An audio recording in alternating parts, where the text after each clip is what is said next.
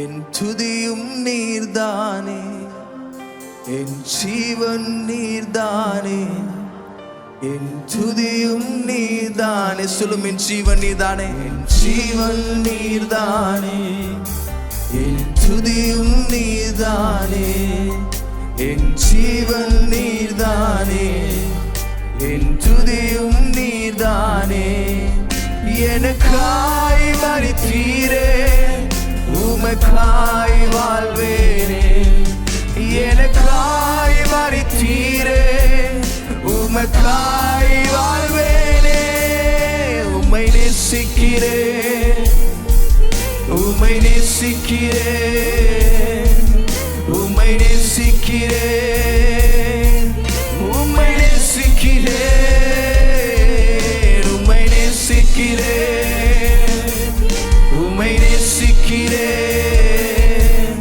உம்மை நேசிக்கிறேன், உம்மை நேசிக்கிறேன். பாவங்கள் பாராமல் உம்முகத்தை மறைத்தீரே, என் மீறுதல் எண்ணாமல் கிருபை அளித்தீரே. என் பாவங்கள் பாராமல் என் முகத்தை மறைத்தீரே, என் மீறுதல் எண்ணாமல் கிருபை அளித்தீரே. மன்னியும் என்றேனே, மறந்தேன் என்றீரே. மன்னியும் என்றேனே, மறந்து சொல்லு. மன்னியும் என்றேனே, மன்னியும் என்றேனே, மறந்தேன் என்றீரே.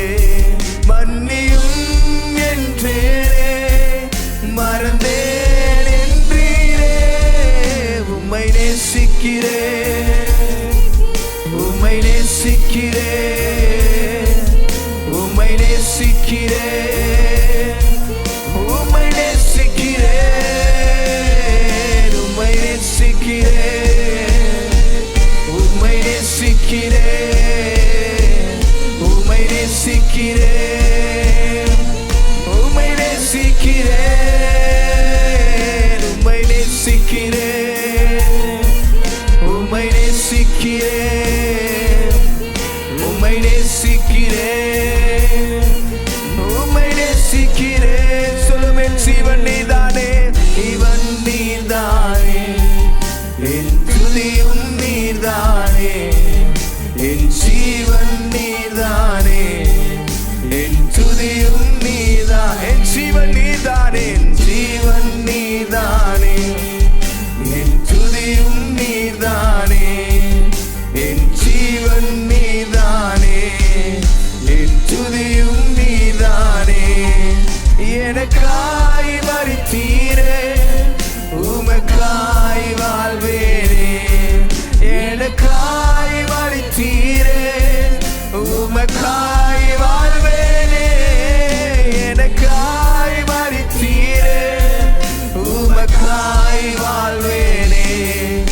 எனக்காய் மரித்தீரே, உமக்காய் வாழ்வேனே. உம்மை நேசிக்கிறேன், உம்மை நேசிக்கிறேன், உம்மை நேசிக்கிறேன், உம்மை நேசிக்கிறேன், உம்மை நேசிக்கிறேன், உம்மை நேசிக்கிறேன், உம்மை நேசிக்கிறேன், உம்மை நேசிக்கிறேன்,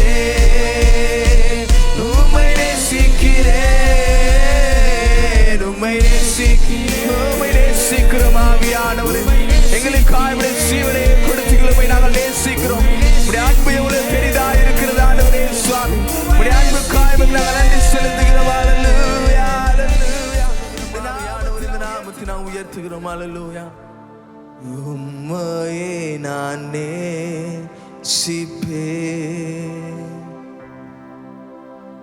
உம்மையே நான் நேசிப்பேன்,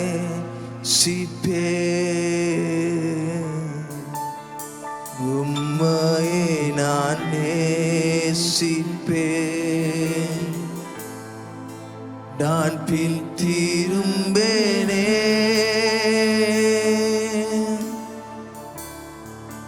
உம் சந்நிதியின் முழங்காலில்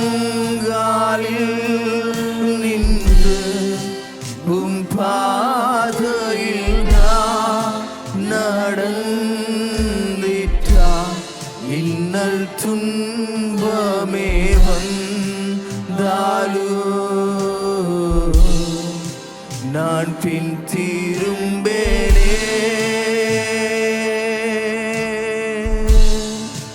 உம் சந்நிதியின் முழங்காலில் நின்று உம் பாதையில் நடந்திட்டா இன்னல் துன்பமே வந்தாலோ நான் பின் திரும்பேனே.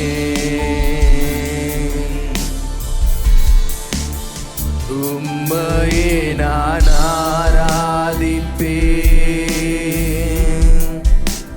உம்மையே நான் ஆராதிப்பேன்,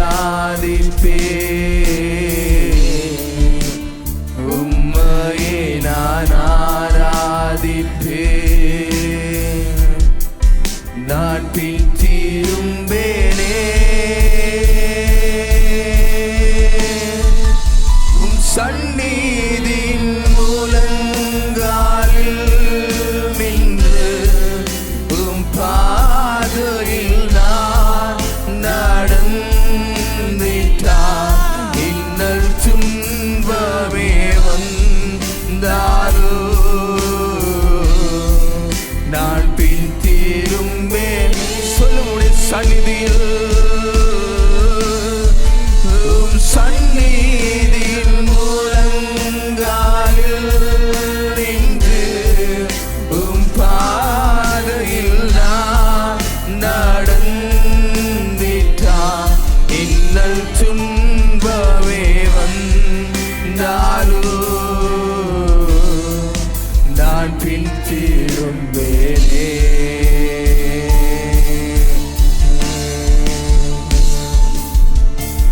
நீரே எல்லாம், நீரே எல்லாம், நீரே எல்லாம் இயேசுவே.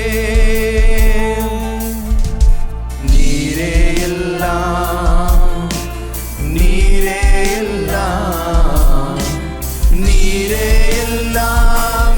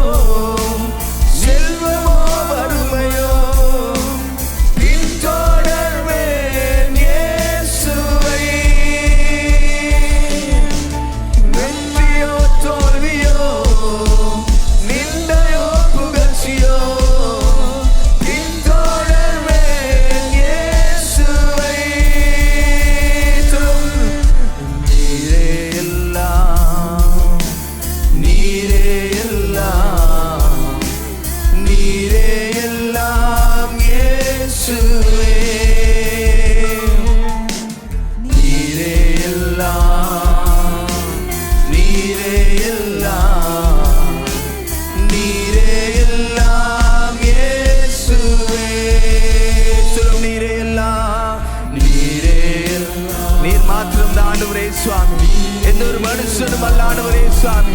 ஆண்டவரே சுவாமி, ஏற்றமோ ஆண்டவரே சுவாமி தாழ்வு ஆண்டவரே எந்த சூழ்நிலையா இருந்தாலும் கர்த்தர் நீங்க மாத்திரம் தான் ஆண்டவரே சுவாமி. எங்களுடைய வாழ்க்கையில் கர்த்தர் செய்திருக்கிற எல்லா நன்மைகளுக்காய் நன்றி செலுத்துகிறோம் ஆவியானவரே சுவாமி. இந்த நாமத்தை நாம் உயர்த்துகிறோம். ஹல்லேலூயா, ஹல்லேலூயா. இந்த நாமத்தை நாங்கள் ஆராதிக்கிறோம், உமக்கு நாங்கள் நன்றி செலுத்துகிறோம் ஆண்டவரே சுவாமி. துதிக்கிறோம் ஆவியானவரே சுவாமி. ஹல்லேலூயா. இந்த நாமத்தை நாங்கள் ஆராதிக்கிறோம் ஆண்டவரே சுவாமி. ஹல்லேலூயா, மை துதிக்கிறோம். ஹல்லேலூயா. இந்த நாமத்தை நாங்கள் உயர்த்துகிறோம் ஆண்டவரே சுவாமி. சேனைகளின் கர்த்தரே நீர் பரிசுத்தர். கோடான கோடி தேவ தூதர்கள், கேருபீன்கள், சேராபீன்கள் மத்தியில் உலாவுகிற தேவனே பரிசுத்தர் ஆண்டவரே சுவாமி. இந்த நாமத்தை நாங்கள் ஆராதிக்கிறோம் ஆவியானவரே சுவாமி. இந்த நாமத்தை நாங்கள் உயர்த்துகிறோம், சொல்லுகிறோம் ஆண்டவரே. ஹல்லேலூயா. நான் நம்பும் கேடகம் விடுவிக்கும் தெய்வம் நீதான் நீதானையா.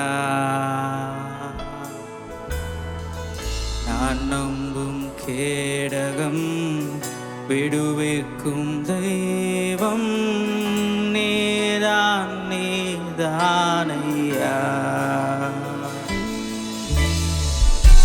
தூயவர் தூயவர் துதிக்கு பாத்திரர் ஆறுதல் நீர்தானையா. தூயவர் தூயவர் துதிக்கு பாத்திரர் ஆறுதல் நீர்தானையா. தூயவர் தூயவரே துதிக்கு பாத்திரரே ஆறுதல் நீர்தானையா. தூயவர் தூயவர் தூயவரே தூயவர் தூயவரே துதிக்கு பாத்திரரே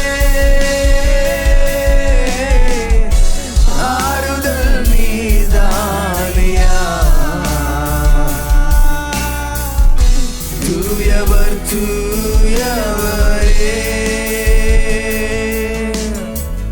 துயரத்தில் கூப்பிட்டே உதவிக்காய் கதறினே அழுகுரல் கேட்டீரையா. துயரத்தில் கூப்பிட்டே உதவிக்காய் கதறினே அழுகுரல் கேட்டீரையா. குனிந்து தூக்கினே பெரியவனாக்கினே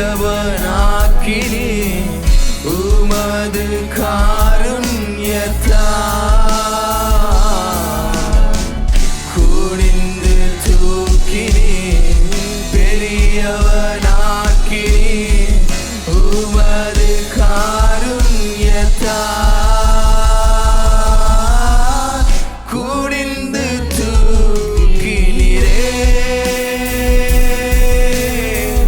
பெரியவனாக்கினீரே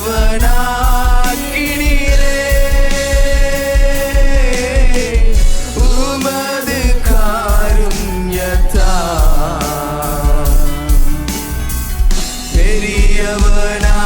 பெரியவனாக்கினீரே குனிந்து தூக்கினீரே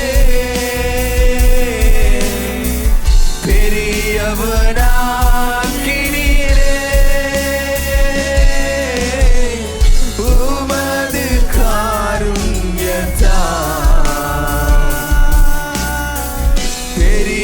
பெரியவனாக்கி சொல்லும் குனிந்து தூக்கினீரே குனிந்து தூக்கினீரே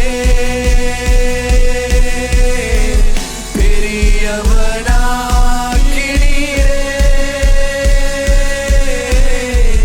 உமது காருண்யத்தால். பெரியவனாக்கினீரே. ஹல்லேலூயா. உமக்கு நன்றி என்று සුබෝදෑස්නක් සභාව අපි නමස්කාර කාණ්ඩායමට හොඳ අත්පුලස දෙමුද? හලෙලූයා. காலை வணக்கம் நமஸ்கார குழுக்கு நன்றாக கைகளை தட்டுவோம். අද මම විශ්වාස කරනවා ඔබ සතුටින් ප්‍රීතියෙන් සය වගේම ජයග්‍රහණයෙන් ඔබ සිටිනවා කියලා මේ උදෑසන. இந்த காலை வேளையிலே மிகவும் மகிழ்ச்சியாக சந்தோஷமாக இருக்கிறீர்கள். அதே போல ஒரு வெற்றியாகவும் இருக்கிறீர்கள் என்று நான் விசுவாசிக்கிறேன். මන්ද අපි පාස්කු මේ අපි මහසිකුරාදා විතරක් අපි අත්දකිනවා නම් පාස්කු ඉරුදින නැතුව අපට ජයග්‍රහණයක් නැහැ. ஆகவே நாங்கள் வெள்ளிக்கிழமை மாத்திரம் பெரிய வெள்ளியை மாத்திரம் நினைவு கூறுவோமா இருந்தால் இந்த உயிர்த்தெழுதல் இல்லாவிட்டால் நமக்கு வெற்றி இல்லை. මහසිකුරාදාගේ දුක ප්‍රීතිමත් කරන්නේ පාස්කුරි දින. ஆகவே நம்முடைய பெரிய வெள்ளிக்கிழமையில் ஏற்பட்டதான அந்த துயரத்தை நீக்கி நமக்கு சந்தோஷத்தை கொடுப்பது இந்த உயிர்த்தெழுதலின் ஞாயிறாக இருக்கிறது. ඉතින් සතුටු වෙන්න. ஆகவே சந்தோஷமா இருங்கள். ප්‍රීති වෙන්න. மகிழ்ச்சியா இருங்கள். මන්ද අපේ යේසුස් ජීවමානයි. හලෙලූයා. இயேசு உயிரோடு இருக்கிறார். මම අද ඔබත් එක්ක බෙදා ගන්න යන වචනේ මම ගොඩක් ආසාවෙන් හිටියා ඔබත් එක්ක මේ වචනේ බෙදා ගන්න. ஆகவே இந்த காலவெளியில் உங்களோடு பகிர்ந்து கொள்ள போகிற வார்த்தை குறித்து நான் ஆசையோடு இருந்தேன். අපි කොලොසි පොතේ දෙවනි පරිච්ඡේදයේ 13 14 15 බලන්න යනවා. ඊට ප්‍රථමයෙන් මම ඔබට කතාවක් කියන්න ඕන. ஆகவே கொலோசியர் புத்தகத்திலே இரண்டாவது அதிகாரத்தில் 13 14 15 வசனங்களை கவனிக்க போகிறோம். அதுக்கு முன்பாக ஒரு கதையை நான் சொல்ல விரும்புகிறேன். 1939 දී දෙවනි ලෝකීය යුද්ධය පටන් ගත්තේ ජර්මනි කියන දේශය ඔවුන් පෝලන්ව ආක්‍රමණය කරපු දවස. ஆகவே முதலாவது உலக யுத்தம் 1932 ஆரம்பிக்கப்பட்டது. ஆகவே இந்த ஜெர்மன் தேசமானது போலாந்து தேசத்தை ஆக்கிரமிப்பு செய்தது. මාස කීපයකින් ජර්මනිය හමුදාව රටෙන් රටට ආක්‍රමණය කරන්න පටන් ගත්තා. ஆகவே இந்த ஜெர்மன் ராணுவமானது பல நாடுகளை சில நாட்களுக்குள்ளே ஆக்கிரமிப்பு செய்ய අවුරුද්දක්වත් ගියේ මුළු යුරෝපයම ආක්‍රමණය පටන් ගත්තා. வருடம் முடிய கூடவில்லை, முழு ஐரோப்பாவையும் அவர்கள் ஆக்கிரமிப்பு செய்து விட்டார்கள். යුරෝපය අත්පත් කරගත්තෙන් පස්සේ යුරෝපයේ මුළු වෙරළ තීරණේ ගොඩාක් ලොකු බලකොටු දැම්මා. ஆகவே முழு ஐரோப்பாவையும் தங்களுடைய ஆக்கிரமிப்புக்குள்ளே கொண்டு வந்ததான இந்த ஜெர்மன் அங்கே எல்லா இடங்களிலும் சில அரண்களான கோட்டைகளை கட்டினார்கள். ගොඩාක් අය හිතුවා කවදාත් ආයෙමත් යුරෝපය ගලවන්න බැරි වෙයි කියලා. அநேகர் நினைத்தார்கள் இனியும் ஒருபோதும் இந்த ஐரோப்பாவை மீட்டுக் கொள்ள முடியாது என்று. නමුත් ජූනි 6 වෙනිදා 1944 දී පුදුම දෙයක් වුණා. ஆனால் ஜூன் மாதம் 6ஆம் தேதி 1942 ஒரு புதுமையான காரியம் நடைபெற்றது. ලෝක ඉතිහාසයේ තීරණාත්මක දවසක්. அது உலக வரலாற்றிலே மிகவும் தீர்மானிக்கக்கூடியதான நாளா இருந்தது. ඇමරිකාව බ්‍රිතාන්‍ය සහ ඔවුන්ගේ කණ්ඩායම ඇලයිඩ් කණ්ඩායමේ සොල්දාදුවන් සෙබළුන් 1,60,000ක් ලෑන්ඩින් ක්‍රාෆ්ට් වල ඇවිලා අර නෝර්මන්ඩි ප්‍රංශයේ නෝර්මන්ඩි කියන වෙරළ තීරයේ ඔවුන් පා තැබුවා. ஆகவே கிட்டத்தட்ட 1,60,000 அமெரிக்க அதே போல அங்க இருக்கிறதான ஐரோப்பாவில் இருக்கிறதான மற்ற எல்லா இராணுவர்களும் சேர்ந்து அந்த குறிப்பிட்ட பெயருக்குரியதான இடத்திலே அவர்கள் முற்றுகையிட்டார்கள். දැන් අපි හැරිලා බලනකොට ඉතිහාසය හැරිලා බලනකොට අපි කියන්න පුළුවන් ඒ යුද්ධයේ අවසානයේ තීරණය කිරුවේ මේ දවස කියලා. ஆகவே நாங்கள் இப்பொழுது இந்த வரலாறை திரும்பி பார்ப்போமா இருந்தால் இந்த யுத்தத்துடைய முடிவை கொண்டு வந்ததான நாளாக இருந்த நாள். නමුත් ඔබ ඒ වෙරළ තීරයේ ඔබ හිටගත්තා නම් එදා ඔබ කවදාත් හිතන්නේ ඕක ජයග්‍රහණයක් කියලා. ஆனால் அந்த இடத்திலே நீங்கள் இருந்திருப்பீர்களானால் இது ஜெயம் என்று சொல்ல முடியாது. මන්ද 1,60,000ක සෙබළුන් පා තැබුවා. පැය ගානකින් ඒ දරුවෝ 10,000ක් මිය ගියා.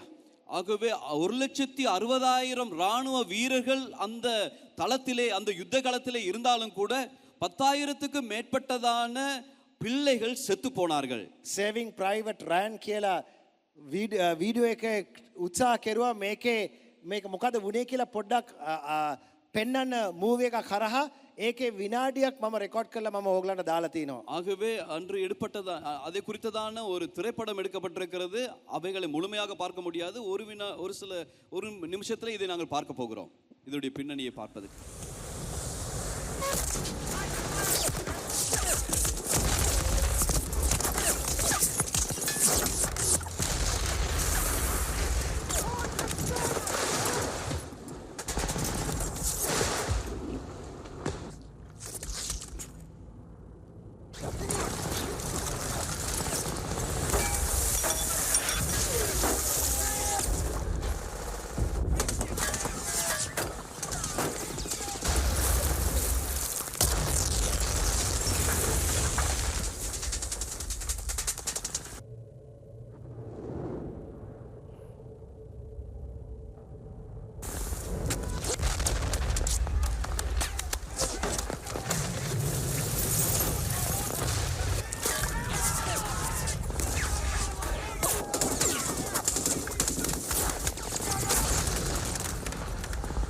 ඔබ වෙරළ තීරේ ඔබ හිටියා නම් ඔබ කියන්නේ ඕක ජයග්‍රහණයක් කියලා.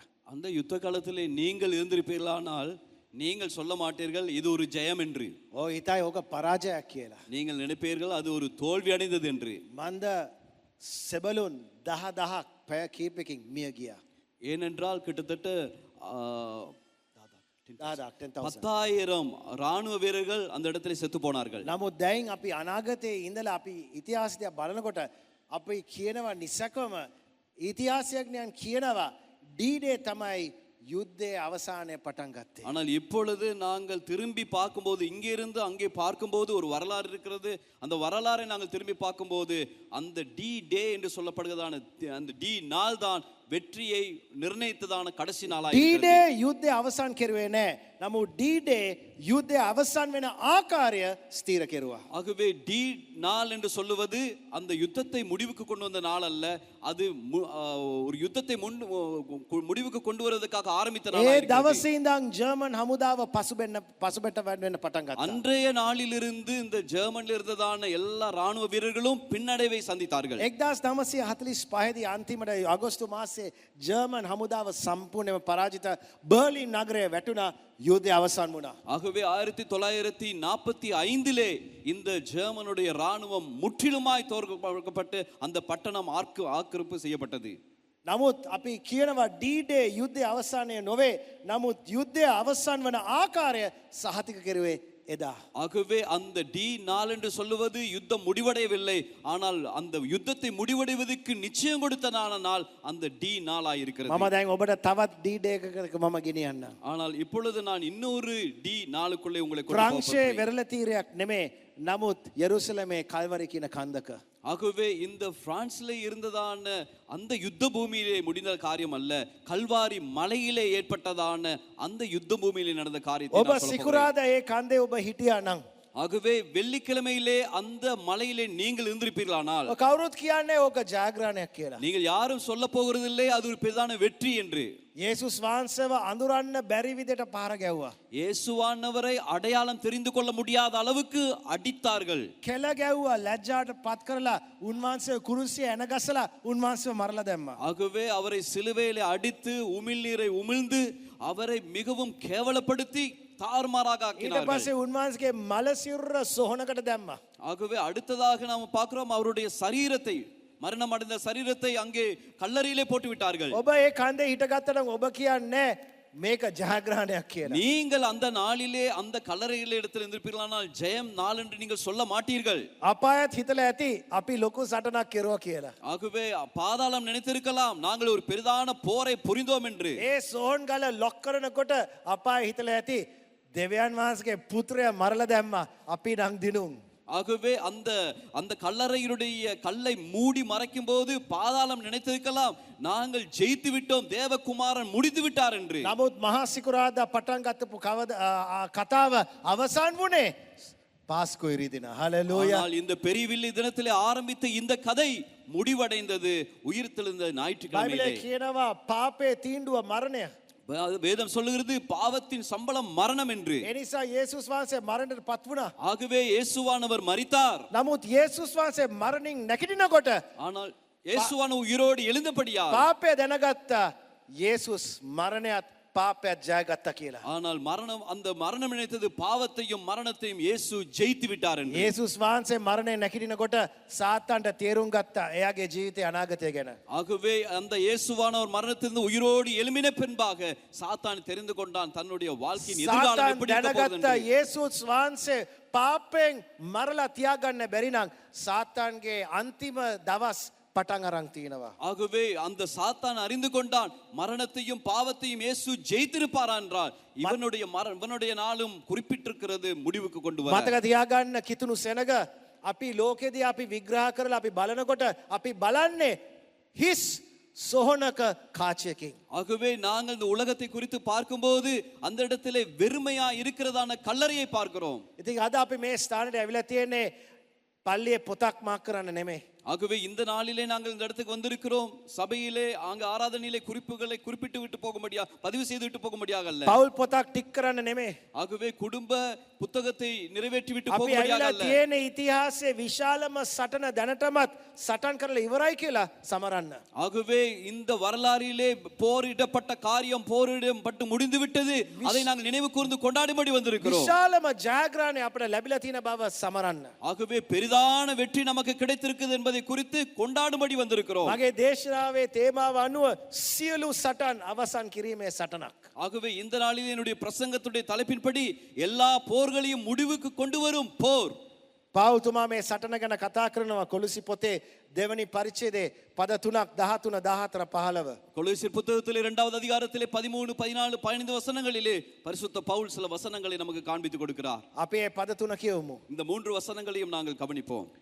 உங்கள் பாவங்களினாலேயும் உங்கள் மாம்ச விருத்த சேதனம் இல்லாமையினாலேயும் மரித்தவர்களாயிருந்த உங்களையும் அவருடைய கூட உயிர்ப்பித்து அக்கிரமங்கள் எல்லாவற்றையும் உங்களுக்கு மன்னித்து நமக்கு எதிரிடையாகவும் கட்டளைகளால் நமக்கு விரோதமாகவும் இருந்த கையெழுத்தை குலைத்து அதை நடுவில் இராதபடிக்கு எடுத்து சிலுவையின் மேல் ஆணியடித்து துரைத்தனங்களையும் அதிகாரங்களையும் உரிந்து கொண்டு வெளியரங்கமான கோலமாக்கி அவைகளின் மேல் சிலுவையிலே வெற்றி சிறந்தார். බලවත් පද 3ක්. வல்லமையான வசனங்கள் 3. මම මේ පද තුنين මම ඔබට කාරණා 3ක් ඉදිරිපත් කරන්නම් පාස්කු අත්දැකීම ගැන. அந்த உயிர்த்தெழுதலின் அனுபவத்தை பெற்றுக்கொள்வதற்காக அந்த 3 வசனங்களிலே 3 குறிப்புகளை உங்களிடத்தில் காண்பிக்க පළවෙනි දේ விரும்புகிறேன். පවුල්තුමා කතා කරනවා. එයා කියනවා පාපේ අධිකාර පාලනය අවසන් වෙච්ච දවස තමයි පාස්කු ඉරිදින. ஆகவே இந்த உயிர்த்தெழுதலின் ஞாயிறிலே பவுல் நமக்கு காண்பித்து கொடுக்கிறார், பாவத்தினுடைய ஆட்சி முடிவுக்கு வந்தது, ஆளுமை முடிவுக்கு வந்தது. පවුල්තුමා පටන් ගන්නෙ මේ කතාවෙන් ඔබ පාපේ මැරි සිටියා කියලා. ஆகவே இந்த வசனங்களை ஆரம்பிக்கும் போது பவுல் நமக்கு காண்பித்து கொடுக்கிறார், ஆரம்பிக்கிறார், உங்கள் பாவங்களினாலே நீங்கள் மரித்திருந்தீர்கள். අපි මේ පාපය පොඩ්ඩක් සමහරට අපි ෂේප් කරගෙන අපේ භාෂාව පාවිච්චි කරලා රසවත් කරලා අපි මේකේ බලය පොඩ්ඩක් අඩු කරන්න උත්සාහ කරනවා නිතරම. ஆகவே அநேக வேளைகளிலே இந்த பாவத்தினுடைய பாரதூரத்தை நாங்கள் சில வசனங்களை பாவித்து அதனுடைய தன்மையை நாங்கள் குறைத்து காண்பிக்கிறோம். පාපය නෙමෙයි මේක දුර්වලකමක්. இது பாவம் அல்ல, இது பலவீனம். පාපය නෙමෙයි මේක අඩුපාඩුවක්. இது பாவம் அல்ல, இது ஒரு குறைபாடு. පාපය නෙමෙයි මේක මේ තාත්තයි අම්මගෙන් ගත්තපු දෙයක්. ஆகவே இது பாவம் அல்ல, இது அம்மா அப்பாவிடத்திலிருந்து வந்த காரியம். නමුත් බයිබලේ ඕම ෂේප් කරන්නේ නෑ. බයිබලේ කියනවා කෙලින්ම ඔබ මරණය ඔබ පාපෙන් මැරිලා සිටියා කියලා. ஆனால் வேதம் நமக்கு ஷேப் பண்ணாதபடிக்கு தெளிவாக காண்பித்திருக்கிறது, நீங்கள் பாவத்திலே மரித்திருந்தீர்கள். පාපය අපිව පාලනය කෙරුවා. பாவம் நம்மை ஆளுகை செய்தது. ඔබගේ හැඟීම් ඔබගේ ක්‍රියා ඔබගේ සිතුවිලි ඔබගේ අනන්‍යතාවය පවත් පාපය තමයි පාලනය කෙරුවේ. உங்களுடைய மனதை, உங்களுடைய உணர்வை, உங்களுடைய உடலை, உங்களுடைய அடையாளத்தை ஆளுகை செய்தது இந்த பாவமே. සෙනෙහවන්තේ ඔබ යේසුස් වහන්සේ අඳුරන්නට පෙර ඔබගේ ජීවිතයේ ලොකුම සටන වූයේ පිටස්තර දේවල් නෙමේ. නමුත් පාපේ පාලනය ඔබගේ ජීවිතය මත. ஆகவே நீங்கள் ரட்சிக்கப்படுவதற்கு முன்பாக சகோதரர்களே, நீங்கள் வெளியில் இருக்கிறதான மற்ற காரியங்களோடு அல்ல நீங்கள் போர் புரிந்தது, போராடினது பாவத்தோடு, அதனுடைய ஆளுமையோடு போராடினீர்கள். පවුල්තුමා ඊට පස්සේ කියන ඔබ පාපේ මැරී සිටින කල ඔබගේ සියලු වරද කමා කෙරුවා කියලා. ஆகவே பவுல் நமக்கு காண்பித்து கொடுக்கிறார், நீங்கள் பாவத்திலே மரித்திருக்கும் போது அவர் எல்லா பாவங்களையும் மன்னித்தார். අපට විරුද්ධව අපට එදිරිව තිබුණා වූ ඒ නියෝගයේ ලියවිල්ල උන්වහන්සේ මකලා දාලා ඒක හාක කළා දැම්මා. நமக்கு எதிரடையாகவும் කட்டளைகளாலும் நமக்கு விரோதமாக இருந்த கையெழுத்தை குலைத்து போட்டார். පවුල්තුමා අපට ලස්සන පින්තූරයක් දෙනවා. දන්නව මොකද? අධිකරණ ශාලාවක්, කෝට් රූම්. ஆகவே இந்த இடத்திலே ஒரு நீதிமன்றத்தினுடைய அறையை காண்பித்து கொடுக்கிறார். මේ කෝට් රූම් එකේ තියෙනවා ලයිස්තුවක් ඔබගේ පාපේ මගේ පාපේ ගැන. ஆகவே இந்த நீதிமன்றத்தின் அறையிலே நம்முடைய பாவத்தை குறித்து ஒரு பெரிய பட்டியலே இருக்கிறது. අපි කරපු හැම දෙයක්, අපි හිතපු හැම දෙයක්, අපි හැංගිලා රහසෙන් උත් කරපු හැම දෙයක්, ඒ හැම දෙයක්ම සටන් වෙලා තිබුණා. ஆகவே இந்த நாம் தெரிந்து செய்த காரியங்கள், யோசனையிலே செய்த காரியங்கள், இவைகள் எல்லாம் நம்முடைய பட்டியலாக அங்கே போடப்பட்டிருந்தது. සෑම පවක්ම, සෑම වැරදි සිතුවිල්ලක්, සෑම හැංගිච්ච කරපු පාපයක්, ඒ හැම දෙයක්ම ලයිස්තුවක්, නියෝගයක් තිබුණා. ஆகவே நாங்கள் தெரிந்து தெரியாமல் செய்த காரியங்கள், மறைந்திருந்து செய்த பாவங்கள், யோசனைகளில் செய்த பாவங்கள் எல்லாம் அங்கே பட்டியலிடப்பட்டிருந்தது. ඒක විතරක් නෙමෙයි මේ ලයිස්තුව වළංගුයි. ඒක ඇත්ත. ஆனா இந்த பட்டியல் இருந்தது, இது உண்மை, இது பிரயோகத்தில் உள்ளது. මේක ස්වර්ගයේ උත්සාවියක්. මේ කියන්න බෑ නෑ මේක වුණේ නෑ මම ඕක කෙරුවේ නෑ ඔම කියන්න බෑ මේක වලංගුයි. ஆகவே பரலோகத்தின் நீதிமன்றத்தில் சொல்ல முடியாது நான் அதை செய்யவில்லை இதை செய்யவில்லை என்று. இது பிரயோகத்தில் உள்ளது, இது நடைமுறையிலே உண்மையானது. නිකන් හිතන්න මොහොතකට මේ 300ක වගේ සෙනගක් ඉන්නෝනේ. නිකන් හිතන්න මේ අපි එක්කෙනෙක්ව අරගෙන හරිද ඔබගේ ආත්මයට HDMI කේබල් එකක් ගහලා ගැව්වා ඇතුලේ තියෙන හැම දෙයක්ම ස්ක්‍රීන් එකට ආවා මොන ලැජ්ජාවක්ද. இப்போ இங்கே கிட்டத்தட்ட 300 பேர்கிட்ட இருக்கிறோம். நம்முடைய வாழ்க்கையை ஒவ்வொருத்தவங்களும் எடுத்து இங்கிருந்து நமக்கு அங்கே ஒரு ஜக் ஒன்று அங்கே ஒரு கனெக்ஷன் கொடுத்து நம்ம செஞ்ச எல்லா காரியங்களும் யோசித்த எல்லா காரியங்களும் வெளிப்படையாக காண்பிப்போமா இருந்தால் எவ்வளவு வெக்கத்துக்கு ஆளாக வேண்டிய நிலைமைக்கு நம்ம தள்ளப்படுவோம். මේ පාස්ටර් ෂර්ට්ස් එකම අපිව බේරගන්න බෑ මටත් ගැව්වත් ඕකේ උඩට. ஆகவே இந்த பாஸ்டர் ஷர்ட்டை போட்டதுனால சேஃபா இருக்க முடியாது, எனக்கு அடிச்சாலும் அங்கே வரும் எல்லாம்.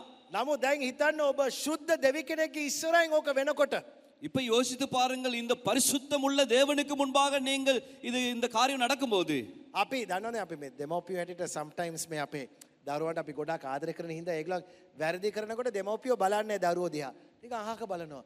අවුව පා වෙනවා වගේ නේ අද. එක පාටම බලනවා අනිත් පැත්තේ. මේ අනිත් පැත්තේ මේ පිස්සු නටනවා දරුවෝ. නමුත් මුකුත් කරන්නේ නැහැ. ඇයි ෂේප් කරන්න හරිනවා.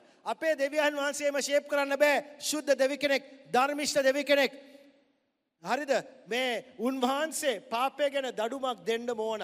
ஆகவே நாங்கள் பெற்றோராக இருக்கிற இதிலே நம்முடைய பிள்ளைகள் அங்கு பைத்தியம் ஆடும்போது தேவையில்லாத காரியங்களை செய்யும் போது நம்ம வேற எங்கேயாவது பார்த்து ஷேப் பண்ணுவோம் நம்ம பிள்ளைகள் தானே என்று. ஆனால் நம்முடைய தேவன் நீதி உள்ளவர், பரிசுத்தம் உள்ள தேவன். பாவம் செய்யப்படுமா இருந்தால் அதுக்கு தண்டிக்கப்பட வேண்டும், அதுதான் அவருடைய நியதி. ඉතින් දෙවියන් වහන්සේ මොනවද කරන්නේ? ஆனால் இப்பொழுது ஆண்டவர் என்ன செய்கிறார்? ඔබගේ පාපේ මගේ පාපේට දඩුමක් දෙන්න ඕන. உங்களுடைய பாவங்களுக்கும் என்னுடைய பாவத்துக்கும் தண்டனை கொடுக்கப்பட வேண்டும். ලේ වැක්කිරීමක් මරණයේ දඩුවමක්. ஆகவே இரத்தம் சிந்தப்பட்டு மரண தண்டனை கொடுக்கப்பட வேண்டும். අපේ ශුද්ධ යුක්තියේ විශ්වාසවන්ත ධර්මිෂ්ඨ දෙවියන් වහන්සේ උන්වහන්සේ අනිත් පැත්තෙන් උන්වහන්සේ ආදරණීයයි, ප්‍රේමවන්තයි, කරුණාවන්තයි, අනුග්‍රහයයි. ஆகவே இந்த தேவன் நீதி உள்ள இந்த தேவன், பரிசுத்தம் உள்ள இந்த தேவன் இன்னொரு பக்கத்திலே அவர் கிருபை உள்ளவர், தயவு நிறைந்தவர், இரக்கம் உள்ளவராய் இருக்கிறார். අපේ හැම පාපයක් කමා කරනවා පවුල්තුමා කියනවා. பவுல் சொல்லுகிறார் நம்முடைய எல்லா பாவங்களையும் மன்னிக்கிறார். දෙවියන් වහන්සේ ඔබගේ ණය අඩු කෙරුවේ නැහැ. උන්වහන්සේ ඒ ණය මකලා දැම්මා. ஆகவே ஆண்டவர் உங்களுடைய கடன்களை அவர்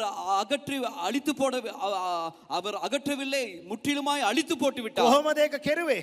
ஆண்டவர் அதை எப்படி செய்தார்? අර ලයිස්තුව ඔබගේ පාපය ඔබගේ හැම දෙයක්ම ගැන තිබුණ ලයිස්තුව ඒක අරගෙන කුරුසිය එනගසා උන්වහන්සේගේ පුත්‍රයා ඒ ලයිස්තුව උඩින් එනගසලා ඔබගේ පාපය මකලා දැම්මා. ஆகவே உங்கள் மேலே விழுந்ததான உங்களுடைய பெயரிலே விழுந்திருந்ததான எல்லா பாவத்துடைய அந்த பட்டியலுடைய சகல காரியங்களும் அங்கே சிலுவையிலே அறையப்பட்டு அந்த தேவகுமாரனுடைய இரத்தத்தினாலே அந்த பாவங்களை கழுவி விட்டார். ஹalleluya ஹalleluya ஹalleluya ஹalleluya.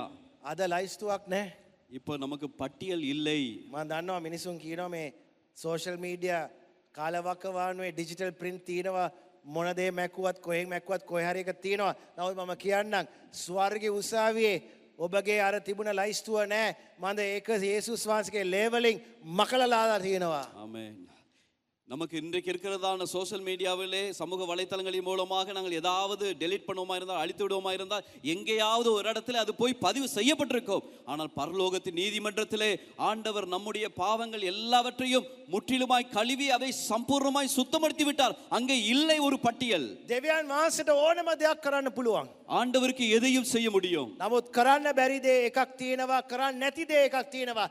යේසුස් වහන්සේගේ ලේවලින් මකපු පාපය නැවතත් මතක් කරන්නේ නැහැ. හalleluya. ஆகவே அவருக்கு செய்ய முடியாததும் செய்ய இயலாததும் ஒரு காரியம்தான். இயேசுவின் இரத்தத்தினாலே கழுவப்பட்ட சகல பாவங்களையும் மீண்டும் அவர் கொண்டு வர முடியாது. ඉතින් පාපේ පාලනය නැති වුණා. பாவத்தின் ஆளுமை அழிந்து போனது. නමුත් දෙවනුව ඒ වගේම පාපේ පාලනය නැති වුණා. අනිත් පැත්තේ දෙවෙනි එක සාතාන්ගේ අන්තිම අවසානය පටන් ගත්තා. அதே போல இரண்டாவதாக சாத்தானின் இறுதி முடிவு தொடங்கியது. පෞතුමා දැන් ගෙනෙනවා උස්සාවියෙන් කෙලින්ම සටන් භූමියට. ஆகவே இந்த இடத்துல நீதிமன்றத்தில் இருக்கிறதான அந்த காட்சியை இப்பொழுது கொண்டு வருகிறார் அங்கே போர்க்களத்திற்கு. පෞතුමා කියන උන්වහන්සේ තමන් කෙරෙහි අධිපතීන්ද බලයතන්ද පහ කොට ප්‍රසිද්ධයෙන් ඔවුන්ව දක්වා කුරුස්නය කරන කොටගෙන ඔවුන්ගෙන් ජයගත් බව ප්‍රකාශ කෙරුවා. ஆகவே இந்த இடத்துல சொல்லப்பட்டு நமக்கு எதிரடையாகும் கட்டளையா நமக்கு விரோதமாக இருந்த கையெழுத்தை குலைத்து அதை நடுவிலாத படிக்கு எடுத்து சிலுவையின் மேல் ஆணி அடித்தார். පාවුතුමා කියනවා කාරණා තුනක්. பவுல் இந்த இடத்துல 3 காரியங்களை சொல்லுகிறார். මේ යේසුස් වහන්සේගේ සතුරෝ රෝම අධිරාජ්‍ය නෙමේ, එම්පරතුමා නෙමේ, ආගමික නායකයෝ නෙමේ, උන්වහන්සේ අනගහපු මිනිසයන් නෙමේ. යේසුස් වහන්සේගේ ප්‍රධාන සතුරා තමයි සාතන්. සාතන්ගේ අන්ධකාර බලවේග. ஆகவே இயேசுவானவருடைய பிரதான சத்துரு எதிராளி யார் என்றால் அங்கே ரோம ராஜ்யத்தில் இருந்ததான அந்த அதிகாரிகள் அல்ல, மத தலைவர்கள் அல்ல, சாத்தானும் அவருடைய சேனைகளுமாய் இருக்கிறது. පාවුතුමා කියනවා යේසුස් වහන්සේ සාතන්ගේ ආයුධ weapons ඔක්කොම අයින් කරලා දැම්මා. ஆகவே பவுல் சொல்லுகிறார் அந்த எதிராளியாகிய சாத்தானுடைய எல்லா ஆயுதங்களையும் அகற்றி விட்டார். මොකද්ද සාතන්ගේ ලොකුම ආයුධය? பிசாசானவனுடைய அந்த சாத்தானுடைய பெரிதான ஆயுதம் என்ன? අර උසාවියේ තිබුණ වාර්තාව. அந்த நீதிமன்றத்தில் இருந்ததான அந்த பட்டியல், அந்த அறிக்கை.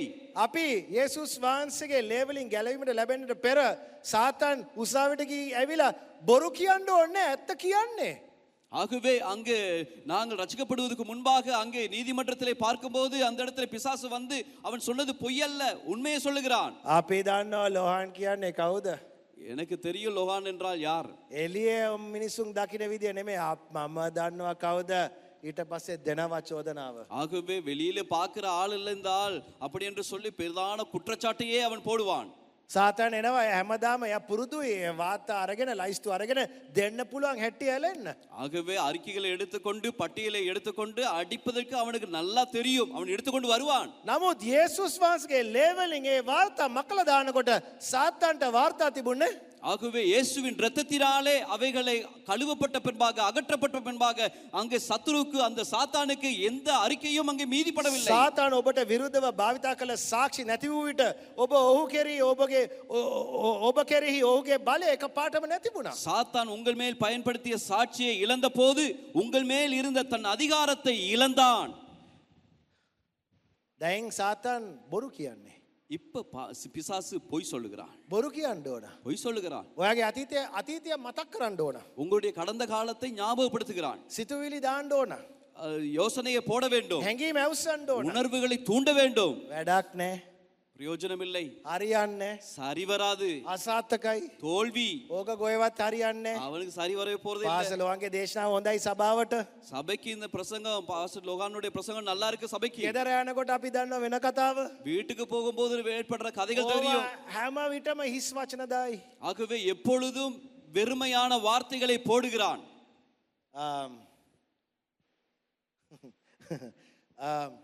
නෙපෝලියන් කොම්ප්ලෙක්ස් කියලා දෙයක් තියෙනවා ඉන්ටර්නෙට් එකේ බලන්න. හරිද? நெப்போலியன் காம்ப்ளெக்ஸ்ங்கிறதான ஒரு காரியம் இருக்குது, அது இன்டர்நெட்ல නැත්නම් பாருங்க. අපි කියන්නේ පොඩි බල්ලගේ රෝගය. இது சின்ன நாயுடைய நோய்னு சொல்லுவோம். Small dog syndrome. ඒක තමයි කියන්නේ. හරිද? දැකලා තියෙනවද පොඩි බල්ලෝ ලොකු බල්ලෝට වඩා වැඩි බුරනෝනේ? பெரிய நாயை விட சின்ன நாய் ரொம்ப கொலைக்கும் இல்லையா? සමහර ලොකු බල්ලෝ ඉන්න බුරන්නත් ඕනේ බය වෙනවා අපි.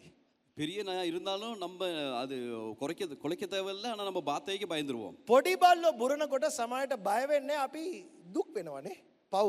දැක් හොඳ වෙලාවට බිරෙව්වේ නැත්තම් හදිසියෙන් පාගලා මරලා දායි. අපි දන්නේ නැහැ. එහෙම තමයි පොඩි බල්ලන්ගේ සින්ඩ්‍රෝම් එක. ஆகவே இந்த சின்ன குட்டி நாய் ஏதாவது சத்தம் போடுமா இருந்துச்சுன்னா நம்ம பயப்பட மாட்டோம், அது ஏதாவது செய்யுமா இருந்துச்சுன்னா இது பாவம்னு நினைப்போம். කතාව තියෙනවා ගිහලා ඉන්ටර්නෙට් එකේ කියවන්න ඕන නම් හරිද? මේක இந்த ඇත්තම கதை බොරු இருக்குது කියන්නේ හරිද? இன்டர்நெட்ல நீங்க பாருங்க.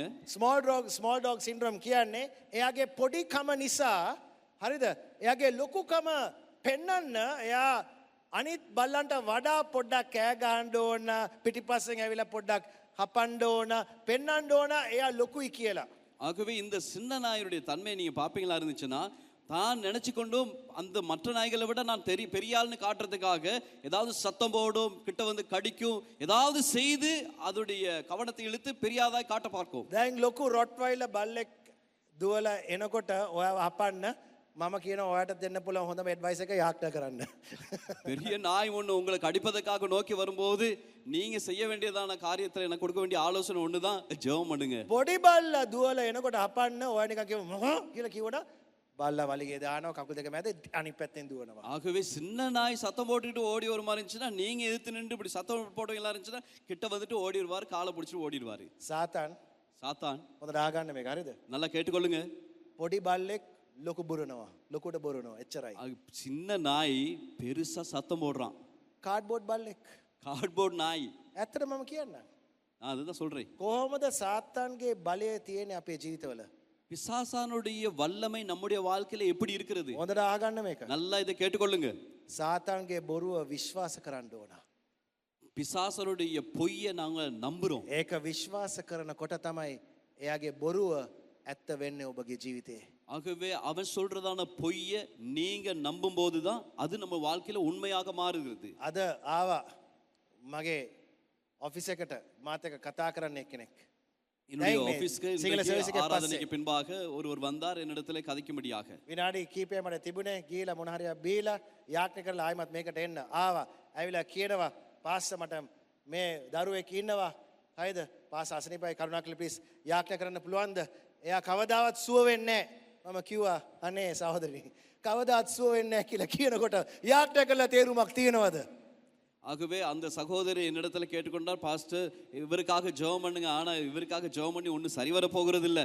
அப்ப நான் கேட்டேன், ஐயோ சகோதரி எப்படி இது நீங்க நம்பலன்னா எப்படி ஒருபோது சுகமாகலன்னா இது எப்படி ஜெபம் பண்ணி? යක්ෂයා පොඩි බල්ලා වගේ බුරනවා. බය වුණා නම් තමයි ඕ බල්ලට තවත් ඕනට වඩා ශක්තිය එන්නේ. ඒ නිසා යක්ෂයාගේ බොරුව විශ්වාස කරන්න එපා. මන්ද පෞතුමා කියනවා සාතාන්ගේ අන්තිම දවස් පටන් ගත්තා කුරුසියේ යේසුස් වහන්සේ ජීවමාන වෙනකොට. හලෙලූයා ஹalleluya. ஆகவே நீங்கள் சாத்தான் நாயை போல அவன் சத்தம் போடும்போது அதை நீங்கள் பெரிதாக எடுக்க வேண்டாம். அதை நீங்கள் எடுப்பீர்களான்னு நம்புவீர்களான்னு அப்பொழுதுதான் அவன் ஆதிக்கம் செலுத்துவான். ஆனால் அதை நீங்கள் செய்யாமல் இருங்கள். ඉතින් ඊට පස්සේ අපි දකිනවා තුන්වෙනි දේ. அடுத்ததாக மூன்றாவது நாங்கள் பார்க்கிறோம், පාපේ පාලනය නැති වෙනවා.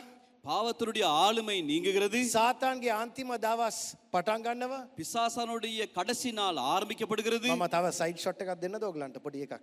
සාතාන් ඔබගේ පාපය අතීතයේ පාපය මතක් කරනකොට එයාට මතක් කරන්න එයාගේ අනාගතය ගැන. හරිද? ஆகவே நான் ஒரு விஷயத்தை சொல்லி தரேன் உங்களுக்கு. මන්ද உங்களுடைய கடந்த காலத்தை அவன் உங்களுக்கு ஞாபகப்படுத்துவானா இருந்தால் நீங்கள் அவனுடைய எதிர்காலத்தை நீங்கள் ஞாபகப்படுத்துங்கள். හරිද? අනාගතයේ බයිබලයේ තියෙනවා එයාගේ අනාගතය ගැන. அவனுடைய எதிர்காலம் எப்படி அமைய போகிறது என்பதை குறித்து வேதம் ඔයාගේ சொல்லப்பட்டிருக்கிறது. අනාගතයක් තියෙනවා බයිබලේ. உங்களுடைய எதிர்காலம் எப்படி இருக்க போகிறது என்பதை ඔයාගේ வேதம் சொல்லுகிறது. අනාගතය රසවත් කතාවක්. உங்களுடைய எதிர்காலம் அருமையான கதை. මම නම් දන්නේ සාතාන්ගේ කතාව එච්චර රසවත්ද කියලා. ஆனால் சாத்தானுடைய கதை அவ்வளவு அருமையான கதை அல்ல. எதிர்காலம் පාපේ පාලනය නැති වුණා. பாவத்தினுடைய ஆளுமை இல்லாமல் போனது. සාතාන්ගේ අන්තිම දවස් ස්ථිර වුණා. ஆகவே சாத்தானுடைய இறுதி நாள் ஆரம்பிக்கப்பட்டது. යේසුස් වහන්සේගේ සදාකාලින රජ පාලනය සහතික වුණා. மூன்றாவது இயேசுவின் இறுதி நித்திய ஆட்சி உறுதி செய்யப்பட்டது. හොඳට බලන්න මේක. මේක නෝමල් විදියට හිතන්න මේක. இது நார்மல் சாதாரண விதத்தில் நீங்கள் யோசிங்கள். බයිබලයේ කියනවා පාපේ දඩුවම මරණය. ஆகவே பாவத்தின் சம்பளம் அல்லது தண்டனை மரணம் என்று ඒ சொல்லுகிறது තමයි අපි பைபிள். ගෙවන්න ඕන මිලය. அதுக்கு ஒரு கிரயம் செலுத்தப்பட So வேண்டும். දෙවියන් වහන්සේගේ ප්‍රේම නිසා යේසුස් වහන්සේ එනවා.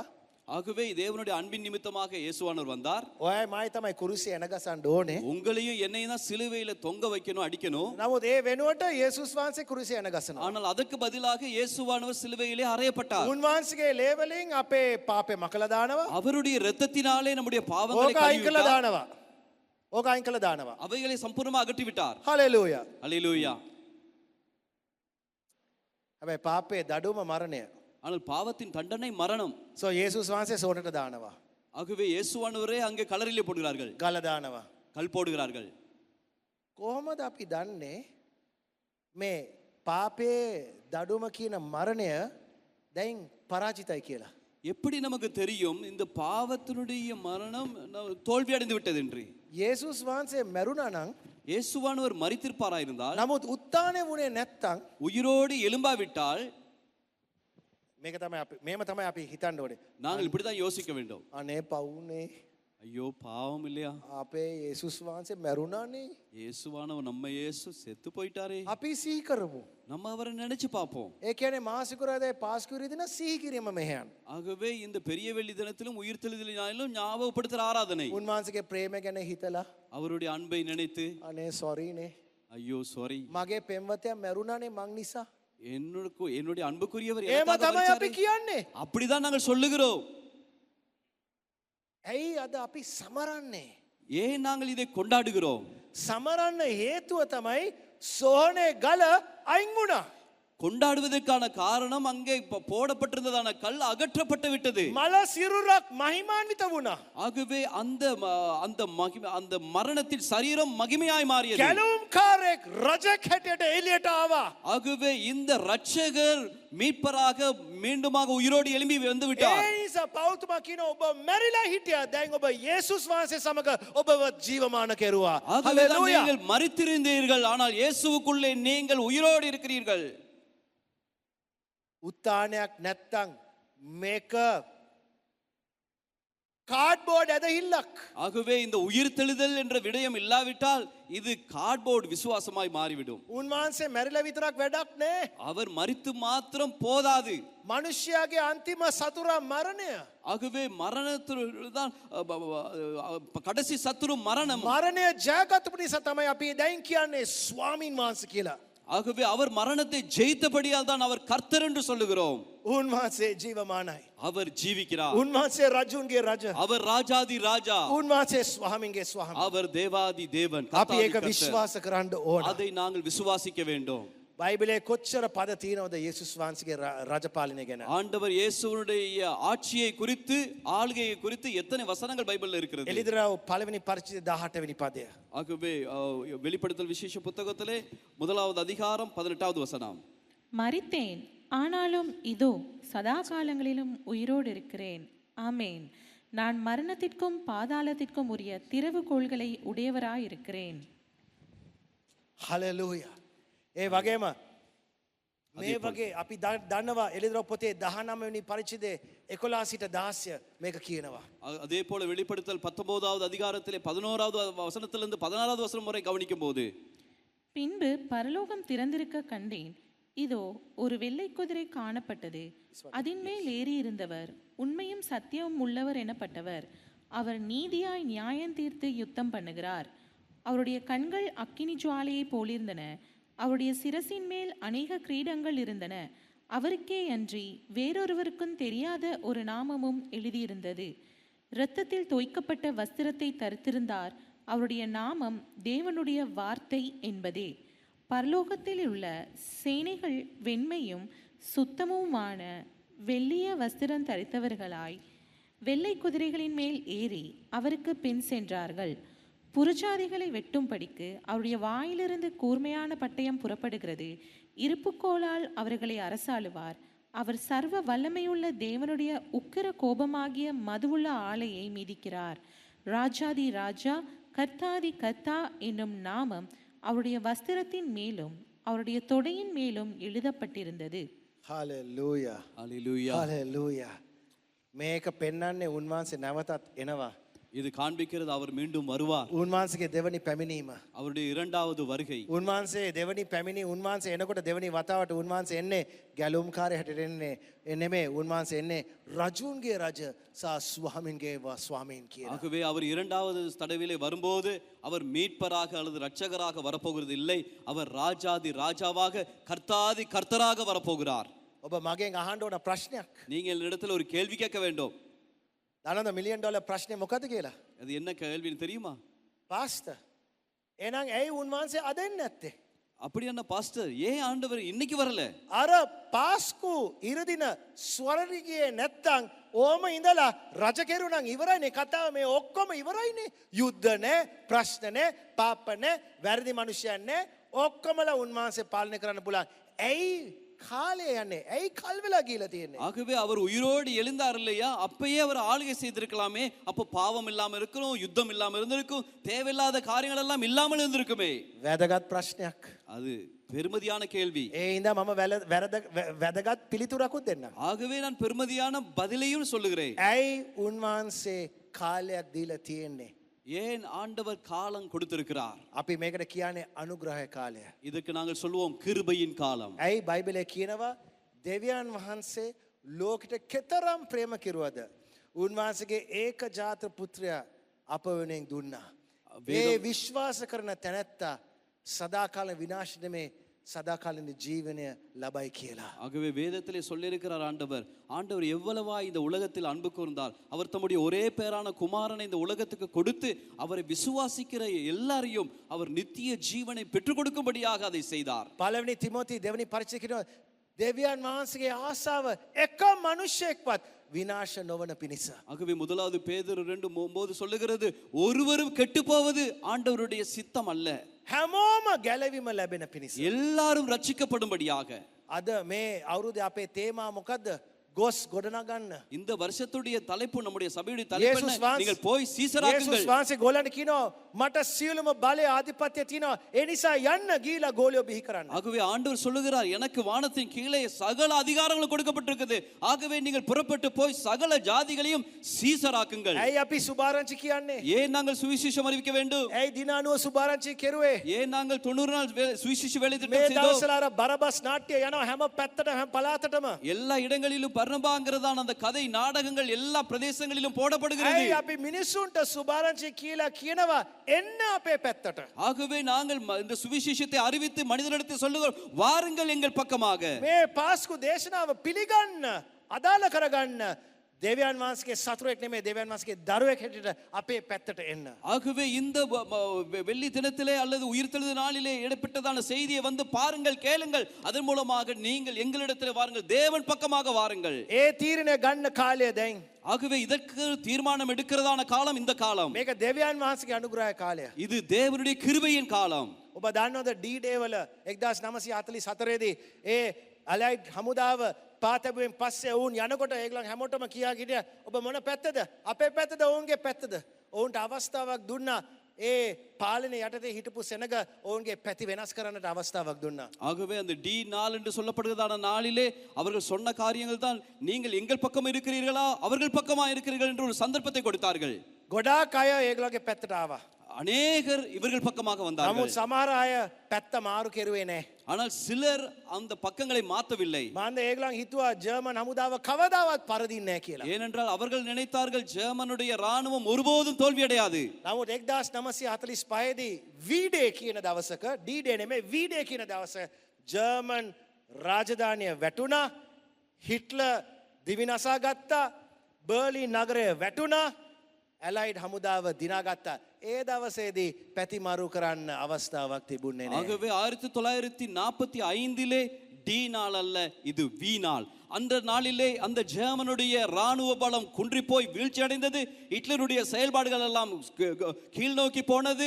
அதே போல் அங்கிருந்ததான பட்டணங்களும் செயலிழந்து போனது. அங்கே ஒரு பெரிய ஜெயம் கிடைத்தது. අපි යේසුස් වහන්සේ වඳුරන්නේ ගැලුම්කාරයා සහ රජතුමා හැටියට. ஆகவே நாங்கள் ஆண்டவரை அறிந்திருப்பது அவர் மீட்பராகவும் அதே போல ராஜாவாகவும்.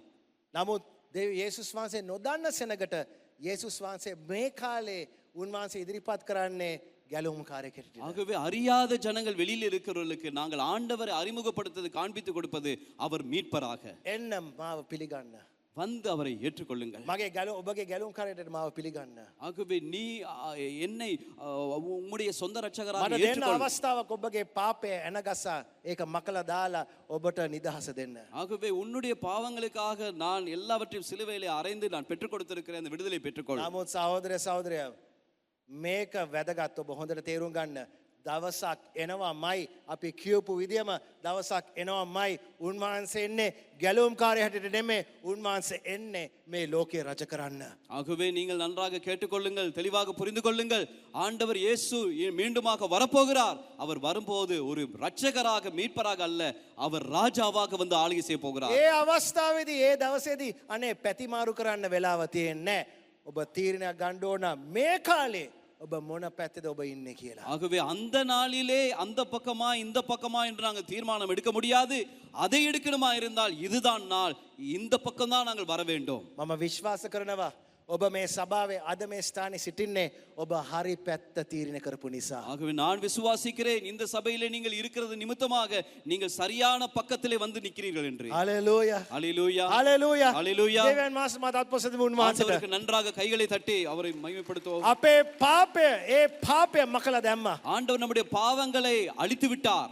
ඒක අයින් කරලා දැම්මා. அவைகளை அகற்றி விட்டார். කුරුසිය එන ගස්සුවා. அவர் சிலுவையில் அறையப்பட்டார். පාපය පාලනය නැති කෙරුවා. பாவத்துடைய ஆளுமையை முறியடித்து போட்டார். සාතාන්ගේ අන්තිම දවස් තීරණ කෙරුවා. சாத்தானுடைய கடைசி நாளை தீர்மானித்து விட்டார்.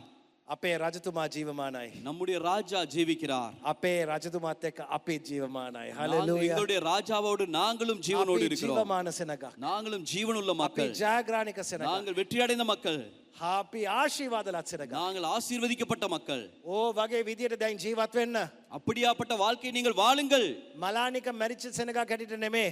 மரித்தவர்களைப் போல செத்தவர்களைப் போல வாழ வேண்டாம். මන්ද බයිබලයේ කියනවා ක්‍රිස්තුස් වහන්සේ නැකිට්ටා වූ බලය ඔබ තුල දැන් තිබෙනවා. வேதம் சொல்லுது கிறிஸ்துவை உயிரோடு எழுப்பின அந்த ஆவி உங்களுக்குள்ளே இப்பொழுது இருக்கிறது. ඉතින් මූණ අදින්න එපා. ஆகவே முகத்தை கீழே இழுக்க வேண்டாம். නෝමල් සැරටයක් තිබුණා නම් කමක් නැහැ. ආත්මික සැරටයක් ඕනේ නැහැ. අනේ මට මොකුත් වෙන්නේ නැහැ. දෙවියන් වහන්සේ පිස්සුද? ඔවගේ කතා කොහෙ තියෙන්නේ? පල්ලිය නෙමේ, සභාවේ නෙමේ. අපේ ජීවමාන සෙනගක්. கிறிஸ்துஸ் வாச නැගිටපු බලය ඔබ තුල සිටිනවා. ஆகவே கிறிஸ்துவை உயிரோடு எழுப்பின அந்த தேவனுடைய வல்லமை உங்களுக்குள்ளே இருக்கிறது. ஆகவே நீங்கள் துக்கத்தோடு வாழ வேண்டாம். වයස ගියත් බලය ක්‍රියා කරනවා. வயசு போனாலும் வல்லமை கிரியை செய்கிறது. අන්තිම දවසේ එනකොට අන්තිම හුස්ම එනකොට මතක තියාගන්න ඒ බලය නැති වෙන්නේ නැහැ. ஆகவே நீங்கள் கடைசி மூச்சு போகும்போதும் அந்த வல்லமை உங்களை விட்டு ඒ போவதில்லை. බලය අපිව අරගෙන මරණ මිටියාවේ ඇදගෙන යනවා සදාකාලින ලෝකයට. ஆகவே அந்த வல்லமை அந்த மரணத்தின் பள்ளத்தாக்கிலே நம்மளை கொண்டு போய் அந்த நித்திய ஜீவனுக்குள்ளே கொண்டு போய் சேர்க்கிறது. මේ ලෝකේ තියෙන යුද්ධ ආර්ථික ප්‍රශ්න ඒව ඔක්කොම තියෙනවා. නමුත් අපේ බලාපොරොත්තුව නැගුරුම් කරලා තියෙන්නේ ජීවමාන රජෙක්ට.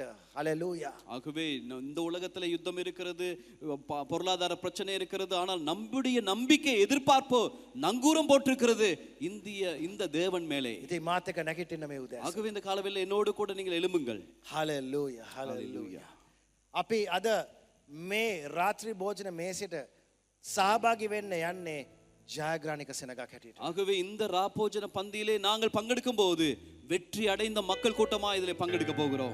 සිකුරාදා අපි මේ මේසෙට සහභාගී වෙනකොට අපි මතක් වුණා උන්වහන්සේගේ පූජාව. ஆகவே வெள்ளிக்கிழமை அன்று நாங்கள் இதிலே பங்கெடுக்கும் போது அவருடைய பலியை நாங்கள் நினைவு கூர்ந்தோம். අද අපි මේ මේසෙට සහභාගී වෙනකොට අපි සහභාගී වෙන්න යන්නේ ඒ පූජාව සමරලා. ஆகவே இன்று இதே பந்தியிலே நாங்கள் பங்கெடுக்கும் போது நாங்கள் இந்த பந்தியை கொண்டாடும்படியாக நாங்கள் இதில் பங்கெடுக்க போகிறோம். මන්ද මේලේ අපේ පාපය මකලා දැම්මා. ஏனென்றால் இந்த இரத்தம் நம்முடைய பாவங்களை அழித்து போட்டு ඒ விட்டது. වාර්තාව කුඩු කරලා දැම්මා. அந்த அறிக்கையை அகற்றி உடைத்து விட்டது. අද අපි නිදොස්. நாங்கள் இன்று අද අපි ජීවමානයි. நாங்கள் விடுதலையாக்கப்பட்டிருக்கிறோம், ஜீவனுள்ளவர்களாய் இருக்கிறோம். අපිට ගැලවීම ලැබිලා තියෙන්නේ நமக்கு ரட்சிப்பு கிடைத்திருக்கிறது මේ ලේ නිසා. இந்த இரத்தத்தாலே. ඔබගේ දෑත ඔසවන්න උන්වහන්සේට. எல்லாரும் நீங்கள் கைகளை உயர்த்துங்கள். ස්තුති කරන්න උන්වහන්සේට. ஆண்டவருக்கு நன்றி செலுத்துங்கள். හරබෂියනරබ කියනලලල. ස්තුති කරන්න උන්වහන්සේ ඔබට දීලා තියෙන මේ වරප්‍රසාදය. அந்த வரப்பிரசாதத்துக்காக ஆண்டவருக்கு நீங்கள் முழு மனதோடு நன்றி சொல்லுங்கள். අද ඔබ පිරිසිදුයි ඔබගේ ක්‍රියා නිසා නෙමේ නමුත් උන්වහන්සේගේ ලේ නිසා. ஆகவே நீங்கள் இன்று பரிசுத்தமாக்கப்பட்டிருக்கிறீர்கள் உங்களுடைய செயல்களினாலே அல்ல, அவருடைய இரத்தத்தினாலே. අද ඔබගේ අන්තිම හුස්ම ගත්තනම් ඔබ දන්නවා ඒක ඔබගේ ජීවිතේ අන්තිම හුස්ම නෙමේ. මන්ද ඔබගේ ඇස් අරිනකොට මේ ලේ නිසා ඔබ සදා කාලෙට පාතබනවා කියලා. ஆகவே இன்று உங்களுடைய உயிர் மூச்சு கடைசி போவா இருந்தால் அது கடைசி மூச்சு அல்ல, அது நீங்கள் போய் சேர வேண்டிய இடத்திலே நீங்கள் சேர்வதற்காக ஆண்டவர் வைத்திருக்கிறதான இடத்துக்கு போவ சேர்வதற்கு இரத்தம் நமக்கு காட்சியா இருக்கிறது. හදිසියෙන් යේසුස් වහන්සේ අද ආවනම් මේ ලෝකෙට ඔබ හැංගෙන්න ඕනේ, ඔබ බය වෙන්න ඕනේ, ඔබ සතුටින් ප්‍රීතියෙන් ඔබගේ රජතුමාව පිළිගන්න පුළුවන්. ஆகவே திடீரென்று இந்த நாளிலே ஆண்டவர் இயேசு நம்மத்திலே வருவாராய் இருந்தால் நீங்கள் பயப்பட வேண்டிய அவசியம் இல்லை, ஒண்டிக் கொள்ள வேண்டிய அவசியம் இல்லை. அந்த ராஜாவை நீங்கள் சந்தோஷமாக ஏற்றுக்கொள்ள முடியும். ஹalleluya ස්වාමිනේ රබෂියනලලලබ රොකොන්දරොබොසියනලලලල. හalleluya ස්තුති වේවා ස්වාමිනේ, ස්තුති වේවා ස්වාමිනේ, ප්‍රශංසා වේවා ස්වාමිනේ. රබෂිකදලලබ ශිකදරබ. ඔබගේ දෑත ඔසවන්න, ඔබගේ හඬ ඔසවන්න උන්වහන්සේට. உங்களுடைய சத்தத்தை உயர்த்துவோம், கைகளை உயர்த்துவோம். ඕ ඔබ ජීවමාන සෙනගක් හැටියට උන්වහන්සේ කරන්න. நல்ல ஜீவனுள்ள மக்களாக நல்ல கைகளை உயர்த்துங்கள். රාකාබලබා රබා රියන්දා රබා ශිකලබා රියන්දා රබා සොකොදර. හලෙලූයා ස්වාමිනේ. ස්තුති වේවා, ස්තුති වේවා, ප්‍රශංසා වේවා. උත්ථාන වූ දෙවියන් වහන්සේ ඔබ වහන්සේ අපට පුදුම ගැලවීමක් දීලා තිබෙනවා. ඔබ වහන්සේ බලවත් දේවල් කරලා තිබෙනවා. රබා ශිකදලා ලබා ශිකර රබා. සතුටුයි ස්වාමිනේ. ප්‍රීතිමත් දවසක් ස්වාමිනේ. ඔබ වහන්සේට ප්‍රශංසා වේවා, ප්‍රශංසා වේවා. හලෙලූයා, හලෙලූයා ස්වාමිනේ. හලෙලූයා. මේ උදෑසන මම ඉල්ලනවා මගේ උපස්ථායකයන් සහ පාසල ඇවිලා මේ මේසය ලෑස්ති කරගෙන මේ සංකේත ඔබට නිදහස් කරන්න. ஆகவே நான் இங்க இருக்கிறதான ஊழியக்காரரிடத்திலும் அதே போல டீக்கன்ஸ் மாரிடத்திலும் கேட்டுக்கொள்கிறேன், இந்த இடத்துல வந்து இந்த அடையாளங்களை உங்களிடத்திலே பகிர்ந்தளிக்கும்படியாக. මම ඉල්ලීමක් කරනවා ඔබ යේසුස් වහන්සේ ඔබගේ ගැලුම් කාර්යය හැටියට පිළි අරන් තියෙනවා නම් ඔබ හිටගන්න, ඔබ මේ මේසෙට සහභාගී වෙන්න. නමුත් ඔබ යේසුස් වහන්සේ ඔබගේ ගැලුම් කාර්යය හැටියට පිළි අරන් නැත්නම් මේ මේසෙට සහභාගී වෙන්න එපා. තේරුමක් නැතුව, අවබෝධයක් නැතුව මේ මේසෙට සහභාගී වෙන එකේ භයානක දෙයක් කියලා බයිබලයේ සඳහන් කරනවා. ஆகவே நான் உங்களிடத்தில் ஒரு வேண்டுகோளை முன்வைக்க விரும்புகிறேன். இந்த பந்தியிலே நீங்கள் பங்கெடுப்பீர்களானால், அந்த அடையாளங்களை நீங்கள் பெற்றுக்கொள்வீர்களானால், இயேசுவானவரை உங்களுடைய வாழ்க்கையிலே சொந்த இரட்சகராக ஏற்றுக்கொண்டு அவரை கர்த்தராக ஏற்றுக்கொண்டு இருப்பீர்களானால் இதிலே பங்கெடுங்கள், அது பிரயோஜனமாக இருக்கும். ஆனால் இயேசுவை நீங்கள் சொந்த இரட்சகராக ஏற்றுக்கொள்ளாமல் இருப்பீர்களானால், நீங்கள் இதை குறித்து எந்த அறிவும் இல்லாவிட்டால் இது ஆபத்தானது என்று வேதம் சொல்லுகிறது. ஆகவே நீங்கள் பங்கெடுக்க வேண்டாம். ඔබ කාරුණිකව වාඩි වෙලා සිටින්න. ஆகவே நீங்கள் அமர்ந்து கொள்ளலாம். සහභාගී වෙන්න නැගිටින්න. பங்கெடுக்கிறவர்கள் மாத்திரம் எழுந்திருங்கள். උපස්ථායකයන් පාසල මේක බෙදා ගන්න. අපි ගීතිකා ගායනා ஒரு කරමු. பாடலை பாடும்போது உதவியாளர் உங்களிடத்தில் இந்த அடையாளங்களை பகிர்ந்தளிப்பார்கள்.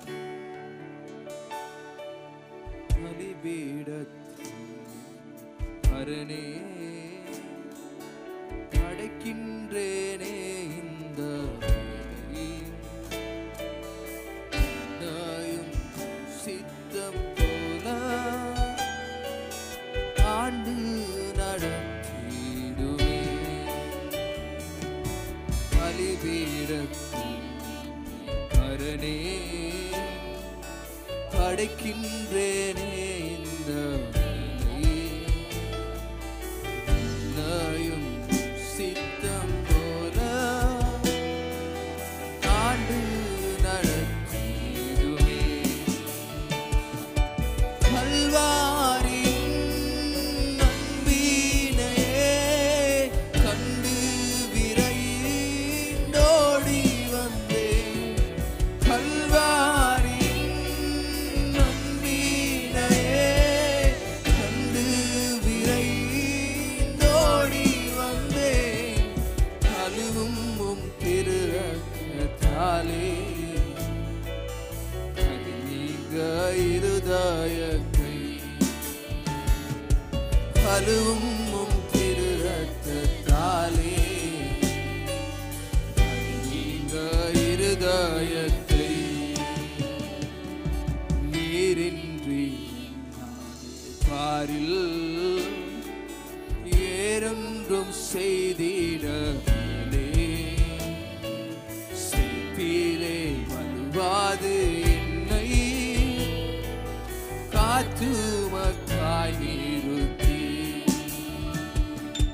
நீரின்றி பாரில் வேறொன்றும் செய்திடவில்லை.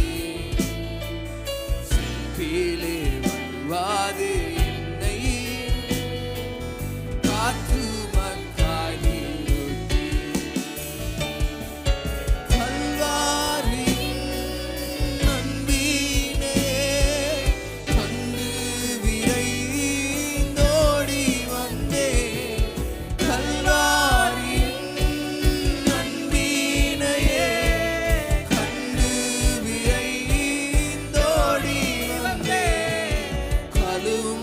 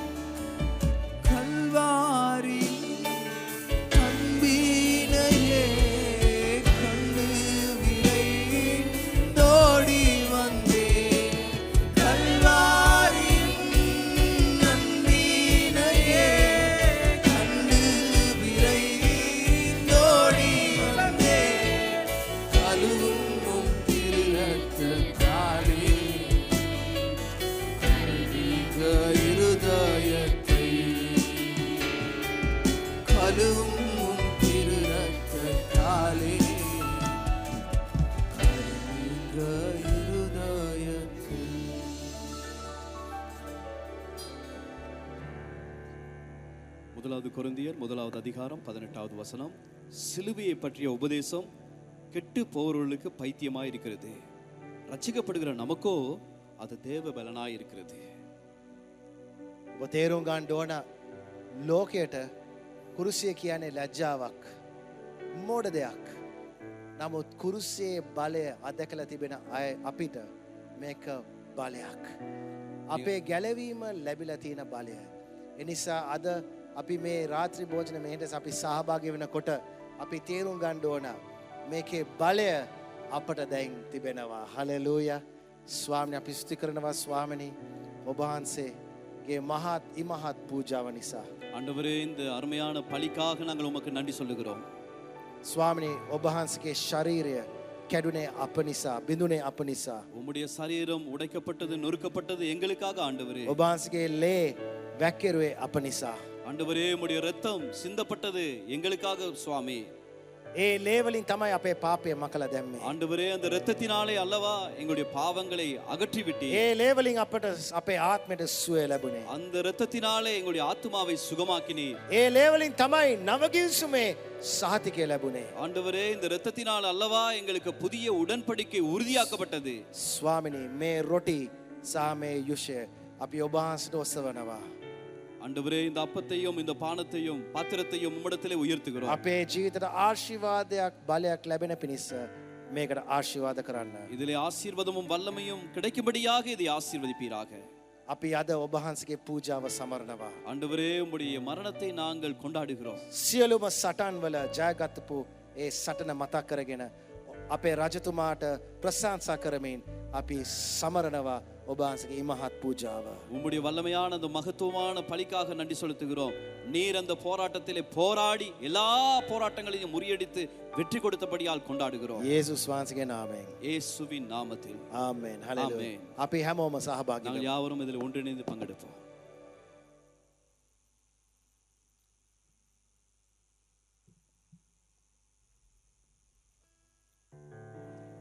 මොහොතක් ඔබගේ අසුන් ගන්නට පෙර சில நிமிஷங்கள் அமருங்கள். ඔබගේ ළඟ සිටින සහෝදරයෙක් අත ගන්න. Take your person next to you. பக்கத்தில் இருக்கிறவர்களுடைய கரங்களை பிடித்துக் கொள்ளுங்கள். එකිනෙකන වෙනෙන් යාඥා කරන්න. ஒருவருக்காக ஒருவர் ஜெபிப்போம். මොහොතක් ආශිර්වාද කරන්න එකිනෙකන වෙනෙන්. எழும்பியிருந்து நாங்கள் ஒருவருக்காக ஒருவர் ஆசீர்வாதம் பண்ணி ஜெபம் பண்ணுவோம். හලෙලූයා. රබෂිකද. ஹalleluya. ස්තුති වේවා ස්වාමිනී. ஹalleluya. Oh, Swami, Lord, I Stotram ஆண்டவரே. pray, Lord, bless, Lord. Hallelujah. Bless, Lord, Tiba and Tina, Lord, bless their family. Rabba, Shiana, Rabba, Shikada. Lord, let them live, Lord, with resurrection power. எல்லா ஆசீர்வாதங்களோடு வாழ Let them பண்ணு. live, Lord, in the உயிர்த்தெழுந்த power of வல்லமையோடு your வெற்றி might, வாழ்க்கை Lord, வாழ let your பண்ணு. power flow. Oh, Lord, let your presence flow into their உம்முடைய lives. வசனத்தினாலே Let your mood. grace flow freely, உம்முடைய Lord, in their வல்லமை, homes. உம்முடைய And let கரத்தினாலே them walk in power. சுகமாக்கும். Let them பலவீனங்களை walk in எடுத்து victory. புது Let பலனை them walk in தாரும். resurrection power. வெற்றியோடு Let வாழ, them know that they are உயிர்த்தெழுந்த children வல்லமையோடு of வாழ God. பண்ணு. Hallelujah. உம்முடைய We கரங்களுக்கு praise your பெரிய name. காரியங்களை We செய்யும். praise your name. உம்முடைய நாமத்தை In Jesus' மையப்படுத்துகிறோம். name we pray. In இயேசுவின் Jesus' name. நாமத்தில்.